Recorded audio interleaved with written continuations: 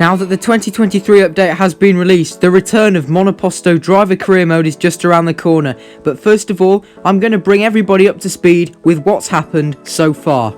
Starting out in Formula 3, there were just a 6-race calendar, of which I won one of the races, the second race at Canada, in this very dramatic drag race to the finish line. Driving for ART Grand Prix, we had a season finale at the US Grand Prix circuit in Austin, and that finale was set up with 6 possible drivers that could still win the title.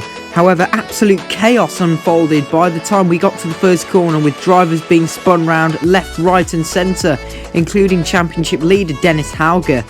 That ended up being the end of his championship hopes, and in fact he later spun me for a second time, as you can see in this shot.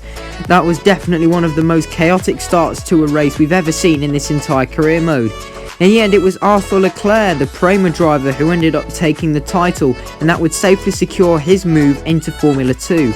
However, my drives had impressed the likes of an F2 team, so moving on to F2, where I began my career with Dams. They kept my Formula 2 dream alive, and as you can see, judging by my performances in F3 and how close the grid was, I was very much worthy of a seat. Logan Sargent and Dennis Hauger would join me, driving for HWA Race Lab and also Sharu Racing System. In the Formula 2 season, I again just managed to take one win in Baku. This was the moment where I overtook Robert Schwartzman in the Prema on the final lap to earn my sole Formula 2 victory. A nice move round the outside at the chicane. Once again, I finished the Formula 2 season in the title fight heading into the final race with 4 other drivers, being Christian Lundgaard, Robert Schwartzman, Oscar Piastri and Callum Ilott. As you can see, the Formula 2 season was very crash hit, with some of these almighty crashes like this one in Monaco being shown on screen. Unfortunately, this one in Monaco ruined my race and potentially cost me a championship, because having been in P13 I then got stuck to the back of the car, which meant that I couldn't finish the race in a position that I wanted to. This was another collision at the beginning of the Belgian feature race, once again being spun off into the wall, and just a lap later I would be involved in another collision, this time with a Prema driver of Robert Schwartzman. This time I would just get clipped off at the end of La Source, and that would be the end of any points for me. Even more collisions were to follow at the Italian feature race at Monza. I had a fantastic start, however there was an almighty collision at the first corner once again. This time it was Arthur Leclerc and many other drivers being involved, Ralph Boschung as well. And again, there was another incident just on lap number 3. This time it was me versus Dennis Hauger. And this was another incident where he completely rammed me airborne. Thankfully Fittipaldi ghosted through me, and that otherwise I'd have been out of that race. It was in fact Robert Schwartzman who took the Formula 2 title, a very deserving win from him, as he was very consistent all season long, with Ilott a close runner-up. But once again, my recovery drives and performances in Formula 2 highly impressed the Formula 1 team, and we'll get onto that in just a second. Unfortunately, our team of Dams could only manage 4th in the Formula 2 Constructors.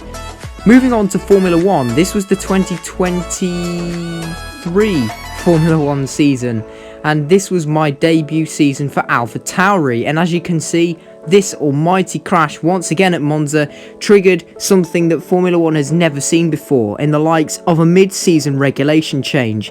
Yet the car design was completely altered, as it had been deemed unstable and unsafe and a cause of too many collisions, meaning that the rulebook had a complete reset halfway through the season. This is something that was completely unprecedented for the sport and had never happened before.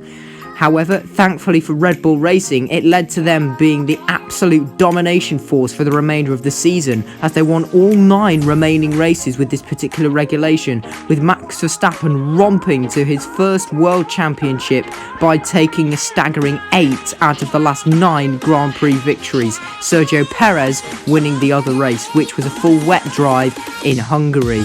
After starting the season with a couple of wins, Mercedes simply had no response to the team from Milton Keynes. They were just on a different planet and a different class of field compared to everybody else. However, I had many mightily impressive drives, most notably a staggering drive where I started last in the Hungarian Grand Prix and managed to recover all the way up to P4 in a midfield car.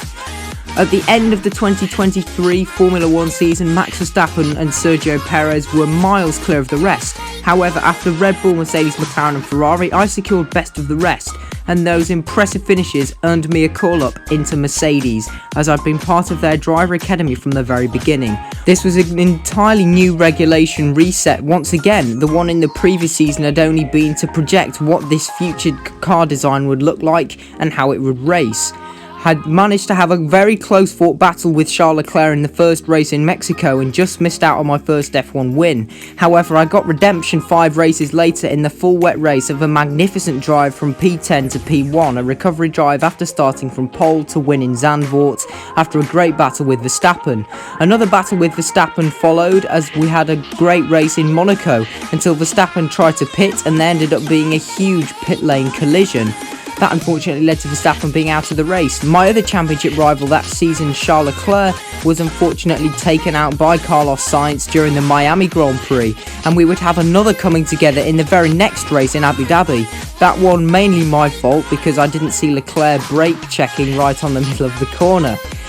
Last first race at Hungary was my second Grand Prix victory until we got to the final race of the season in Saudi Arabia between myself, Max Verstappen and Charles Leclerc for a tilt at the World Drivers' Championship. It had been a very long season, great races, great wins for all three of us. However, a very tense finale in Jeddah in which I lost part of my front wing with Alex Albon and had to sit behind Carlos Sainz doing some great defending for his team and his teammates. It was Charles Leclerc who won his first ever Drivers' World Championship, and Ferrari also claimed the Constructors' title.